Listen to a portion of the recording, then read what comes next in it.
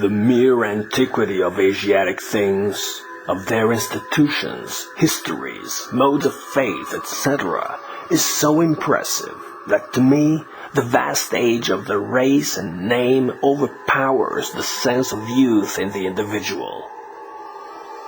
A young Chinese seems to me an antediluvian man renewed.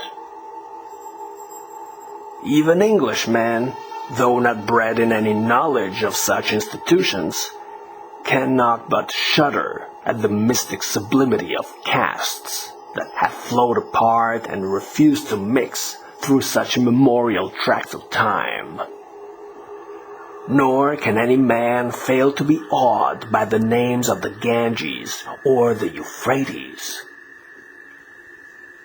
It contributes much to these feelings that Southern Asia is, and has been for thousands of years, the part of the earth most swarming with human life, the great Officina Gentium. Man is a weed in those regions. The vast empires also, into which the enormous population of Asia has always been cast, give a further sublimity to the feelings associated with all Oriental names and images. In China, over and above what it has in common with the rest of Southern Asia, I am terrified by the modes of life, by the manners, and the barrier of utter abhorrence and want of sympathy placed between us by feelings deeper than I can analyze. I could sooner live with lunatics or brute animals.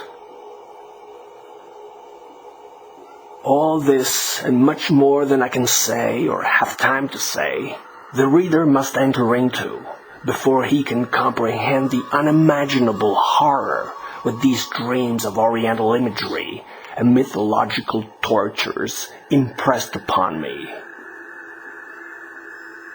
Under the connecting feeling of tropical heat and vertical sunlight, I brought together all creatures, birds, beasts, reptiles, all trees and plants, usages and appearances that are found in all tropical regions, and assembled them together in China or Hindustan.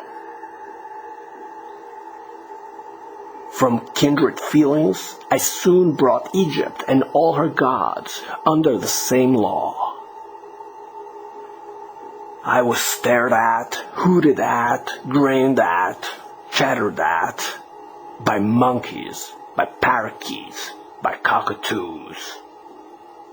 I ran into pagodas and was fixed for centuries at the summit or in secret rooms.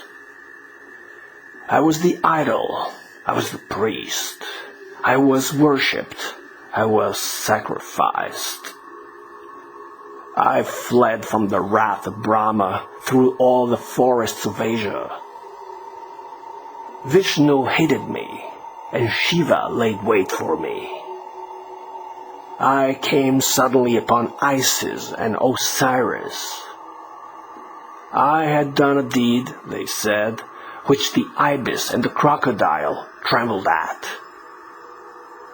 I was buried for 1,000 years in stone coffins with mummies and sphinxes, in narrow chambers at the heart of eternal pyramids. I was kissed with cancerous kisses by crocodiles, and laid, confounded with all unutterable slimy things, amongst reeds of Nilotic mud.